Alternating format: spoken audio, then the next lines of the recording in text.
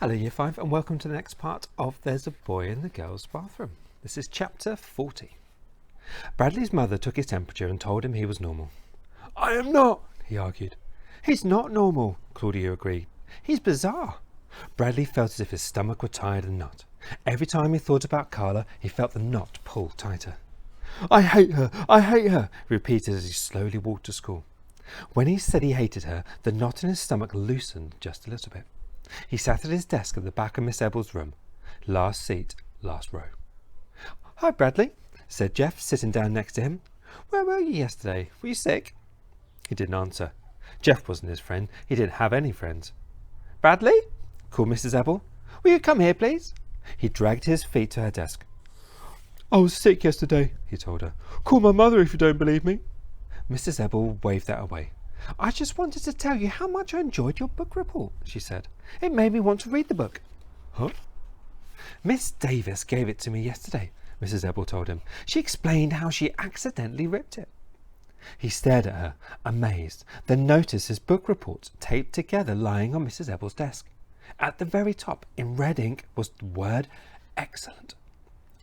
I gave you a gold star, said Mrs. Ebel. He picked up his book report and ran back to his desk. There it was, next to the name Bradley Chalkers, a gold star. He slowly sat down as he stared at it. It seemed to shine brighter than all the other stars. The knot in his stomach jerked tight and he had to look away. The star reminded him of Carla. She's such a liar, he thought. She said she accidentally tore it up when I was the one who did it. I hate her. He shoved his book report in the back of his desk. The knot loosened. He walked all recess.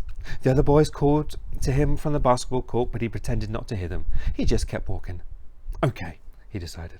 I'll go see her at lunch. I'll just say goodbye to her, that's all. Everyone was looking for you to play basketball, Jeff said when he returned to class. I told them you were still sick from yesterday. I'm not sick, said Bradley. I'm normal.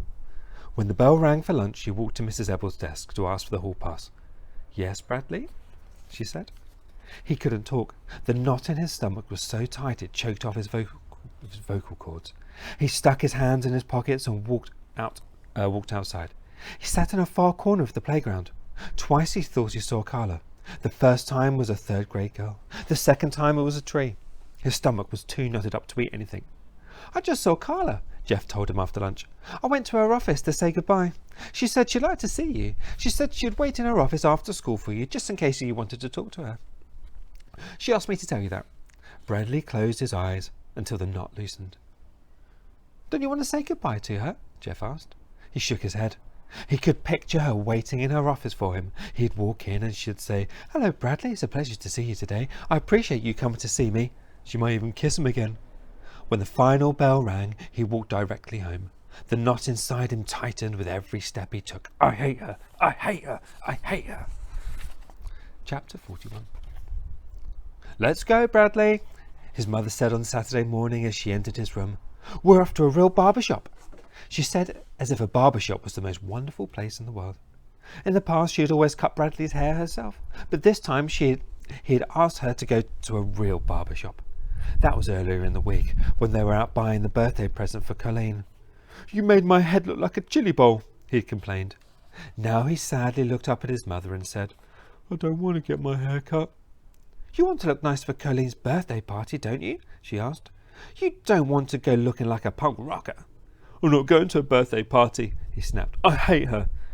Bradley's mother left him alone.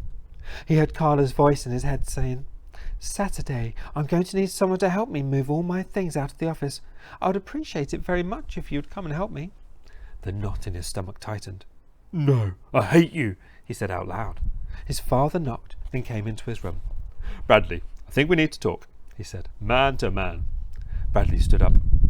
Why don't you tell me what's bothering you? Asked his father. Maybe I can help. Bradley didn't want any help. I was very sorry to hear that your counsellor had been transferred to another school, said his father. I know how much you liked her. At first I didn't like the idea of you seeing a counsellor, but I have to get my hair cut, said Bradley. Mum said so. He walked out of his room, leaving his father behind him. His mother drove him to the barber shop. Carla's voice spoke in his mind. We could have lunch together. We can go to a restaurant. The knot pulled tighter. Just the two of us. and tighter. It'll be lots of fun, said Carla, and it'll be a great help to me. And tighter. Maybe I'll see you Saturday, said Carla. I would like that very much.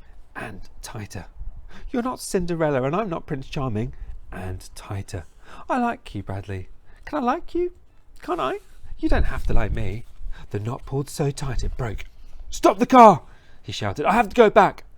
The car swerved. Don't ever do that again, exclaimed his mother. We could have had an accident. I don't believe in accidents. I'm getting sick and tired of your nonsense, Bradley. What's the problem? I can't get my hair cut now. I have to go to school. On Saturday? I'm supposed to see my counsellor. She's waiting to see me. Call the school if you don't believe me. The car stopped in the parking lot in front of the barber shop. We're here, his mother said sternly. You're getting your hair cut now. He stepped out of the car and reluctantly followed his mother into the barber shop. It smelled oily, like hair and hair oil and stale bubblegum all mixed together. All around him, mirrors reflected mirrors. The place was ugly, and the mirrors reflected the ugliness, multiplying it 100 times back and forth. They seemed to reflect the awful smell too. He couldn't believe he had asked his mother to take him to such a place. It was like some kind of horrible dungeon where kids went to be tortured. But worst of all, he had to wait his turn to be tortured. All the barber chairs were occupied. He sat on a red, torn couch. Do you want to read a comic book? Asked his mother. No, thank you, he answered quietly. Finally, it was his turn. He climbed into a slippery, oily vinyl barber chair. The barber tied a shiny apron tightly around his neck, nearly choking him to death. The barber began by combing his hair. Bradley wondered why he had to comb it if he was going to cut it anyway.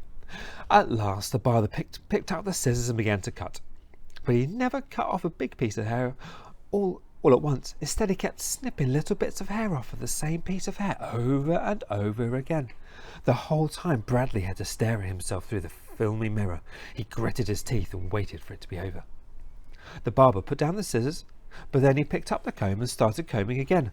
Oh, I knew he shouldn't have combed it before, Bradley thought. No, he just has to do it again. The barber sprayed some kind of smelly junk on Bradley's head, combed his hair one last time, then unhooked the apron around Bradley's neck. Bradley quickly hopped off the chair before the barber could change his mind. But the barber wasn't through. He made Bradley stand still while he ran a small vacuum cleaner across his neck. When he finished, he offered Bradley a piece of bubblegum. I hate gum, said Bradley.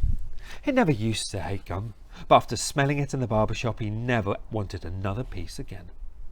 You'll be the most handsome boy at Colleen's party, his mother said as they walked outside. Can you drive me to school, please? He asked. She nodded. 10 minutes later, he jumped out of the car, ran up the steps in front of the school and pulled on the double glass doors. They were locked. He pressed his face against the glass and looked inside. Mrs. Kemp, the janitor, was waxing the floors. He pounded on the door until she locked up. Mrs. Kemp scowled at him as she opened the door. What do you want, Chalkers? I have to see Miss Davis, he said. Miss Davis is gone. He ducked under her arm, which held open the door, and ran into the building. Chalkers! She shouted after him. I'll call the police! He opened the door to Carla's office and stepped inside. Except for the round table and chairs, the room was empty. But in his mind, he heard Carla say, Hello, Bradley. It's a pleasure to see you today. I appreciate you coming in to see me. Tears rolled down his face. He noticed a large manila envelope lying on the table. He picked it up. Bradley Chalkers was written across it in big letters. Under that, in smaller letters, was the following. Mrs. Ebble's room, room 12. Good friend. Honest. Thoughtful. Caring. Polite. Whom I will never forget, and who I hope someday will forgive me. Last seat, last row. There you are, said Mrs. Kemp as she came in after him. If you don't get out of here now, I'm going to call the police. Look, he exclaimed, holding up the envelope. She left this for me. See? We were friends. Carla and me, we were best friends. You have 10 seconds to leave this building, said Mrs. Kemp. 1, 2. He took the envelope and left. He opened it on the playground next to the monkey bars, and inside was a book, My Parents Didn't Steal an Elephant, by Uriah C. Lasso, and a letter. Dear Bradley, this book was a present from me to you. It was a gift from the heart, and that kind of gift, for better or worse, can never be returned. I'm sorry for hurting you. I didn't mean to. If it makes you feel any better, you hurt me too when you didn't come see me Friday or Saturday. I kept hoping I'd see your happy face walk through the door. I hope you don't mind that I gave your book report to Mrs. Ebble. It was just too good to throw away. You can do such wonderful work. Now, if you can learn how not to rip it up. Now, if you can only learn how not to rip it up. I hope you went to Colleen's birthday party. If you did, I'm sure you enjoyed it. If you didn't go, that's all right too. There'll be lots of other parties. You're a very likeable person. You'll always be very special to me. It was always a pleasure to see you. I appreciated you coming to see me. Thank you for sharing so much with me. I love you, Carla. Bradley's father was leaning on his cane on the front stoop when Bradley came walking home. I want to talk to you, Bradley, he said sternly. Bradley ran to him, hugged him, and nearly knocked him over. That's the end of the chapter.